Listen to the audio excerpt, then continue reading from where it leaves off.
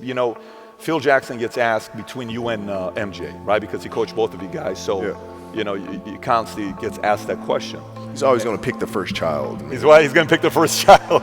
But I tell you, he said something about you that to me, it's a level of respect that any player can duplicate what he said about you. To me, the level of respect for that is a whole different level. You can't teach big hands, right? You cannot teach that, right? You cannot teach 49, 48-inch, whatever the vertical leap is, and you cannot teach that, right? Sure.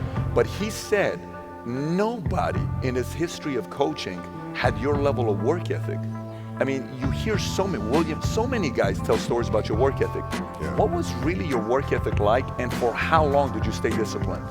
Well, I mean, every day. I mean, since for 20 years, it was an everyday process, and trying to figure out strengths and weaknesses. For example, jumping ability. Man, my vertical was a 40, wasn't a 46 or a 45.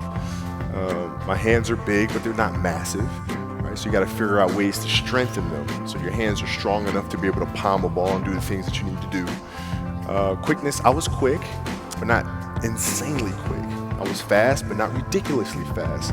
Right? So I had to rely on skill a lot more. I had to rely on angles a lot more. I had to study the game a lot more. And but I enjoyed it though. So like from the time I can remember when I started watching the game, I studied the game, and it just never changed.